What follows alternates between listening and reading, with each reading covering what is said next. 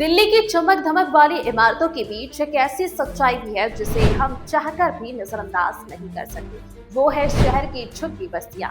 लेकिन क्या आप जानते हैं कि अब दिल्ली की इस पुरानी तस्वीर को बदलने की तैयारी जोरों पर है। नमस्कार, मैं हूं भावना और आप देख रहे हैं P24 न्यूज।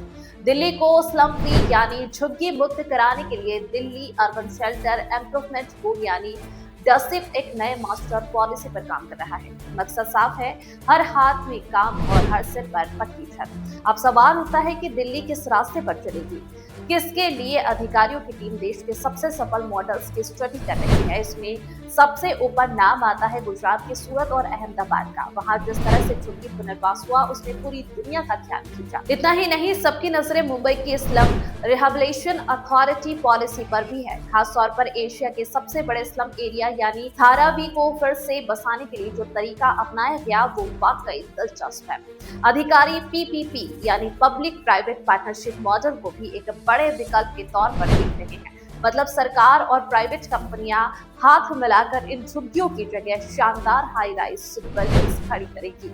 अब जरा दिल्ली के आंकड़ों पर गौर करते हैं। दिल्ली में फिलहाल करीब 675 झुग्गी बस्तियां हैं जहां लाखों लोग बरसों से रह रहे हैं। अगर हम सबसे बड़ी झुग्गी बस्ती की बात करें तो वह जखीरा के पास स्थित राखी मार्केट जे कैंप मानी जाती है। इन लाखों लोगों को शिफ्ट करना और उन्हें सम्मानजनक घर देना कोई छोटी चुनौती नहीं है। इसलिए नई पॉलिसी में एक बहुत ही खास प्रस्ताव रखा गया है।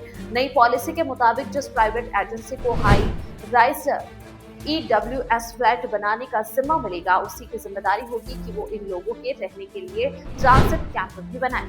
लेकिन अगर कहीं ट्रांसिट कैंप बनाना मुमकिन नहीं हुआ तो सरकार एक और बड़े विकल्प पर विचार कर रही है। जब तक फ्लैट बनकर तैयार नहीं हो जाते तब तक झुग्गियों में रहने वाले परिवारों को हर महीने 5,000 रुपए से ज्यादा का किराया दिया जा सकता है ताकि वो कहीं और रहकर अपना गुजारा कर सके। एक और दिलचस्प बात, अधिकारियों का कहना है कि मुंबई के धारावी मॉडल में करीब 70% लोगों ने खुद आगे आकर कोऑपरेटिव सोसाइटियां बनाई और बिल्डर्स की पहचान की। यानी जनता की भागीदारी सबसे जरूरी है। दिल्ली के लिए यह नई पॉलिसी कितनी कारगर साबित होती है ये तो वक्त बताएगा।